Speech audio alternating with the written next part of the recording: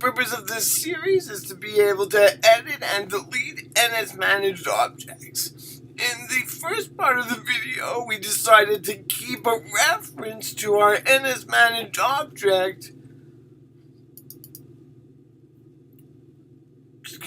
directly in our person object. But you'll see we got some errors now.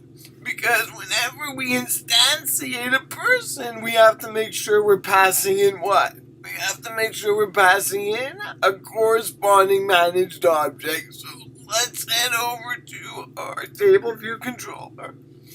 Let's go down to where we add a new item. So if you recall from the last set of videos, I'm in the alert.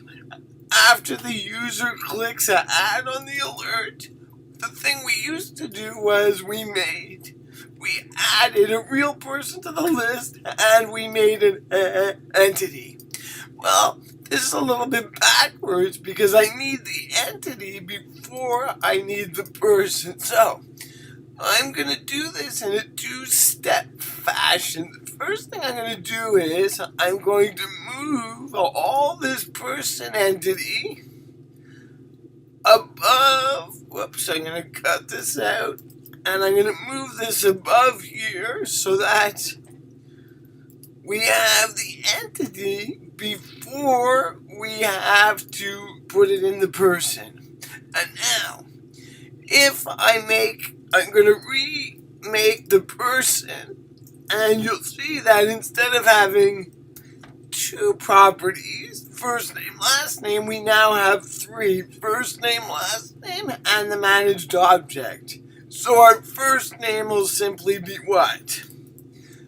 The first name. The last name will be the last name. And the managed object will be the managed object that we created. The person entity. Whoops.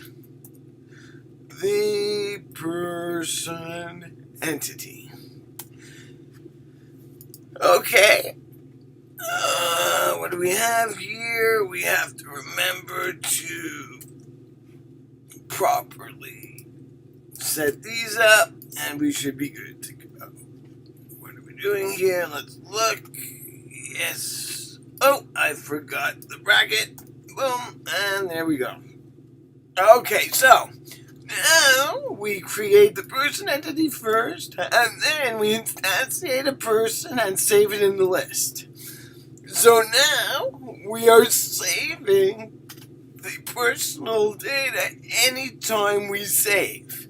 Very good. So in the next video, we're going to look at loading the data properly. Because notice we still have an error. See you then. Bye-bye.